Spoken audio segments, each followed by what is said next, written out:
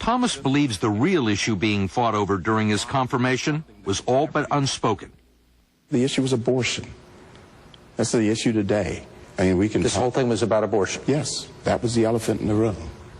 In what sense? That is the issue that people apparently are so upset about that you determine the composition of your Supreme Court and your entire federal judiciary, it seems now.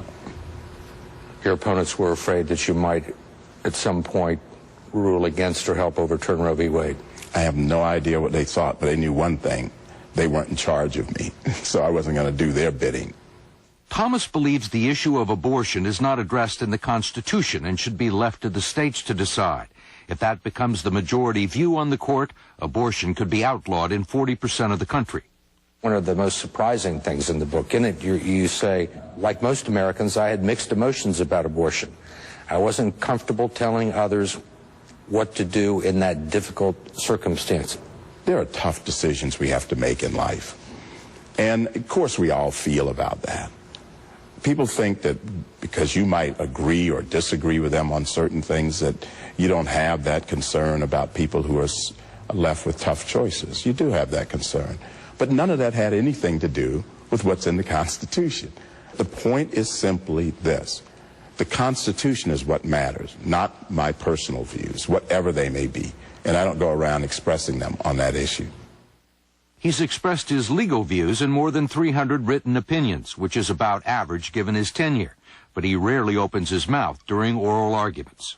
The perception is, or the critics will say, it's because you're not smart enough, or you're too insecure, or you're afraid of making a fool out of yourself. Well, they make fools out of themselves with those kind of comments. Justice Marshall rarely asks questions. Justice Powell rarely asks questions. That's a personal preference. I certainly wouldn't do it to provide histrionics for the media gallery or for other people or for critics. Critics will always be critics.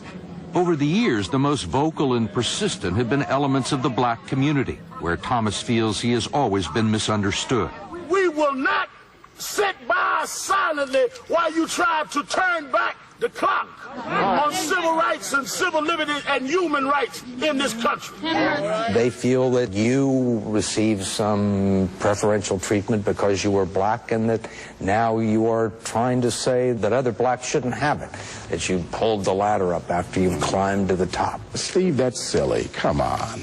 This is political reality. You are supercharged. I don't think that when you're dealing with things that are matters of principle or matters of fact, that you can spend a lot of time worrying about what critics say. You have to do your job. My grandfather never worried about it. You've got to do what's right. You don't engage in this kind of pettiness.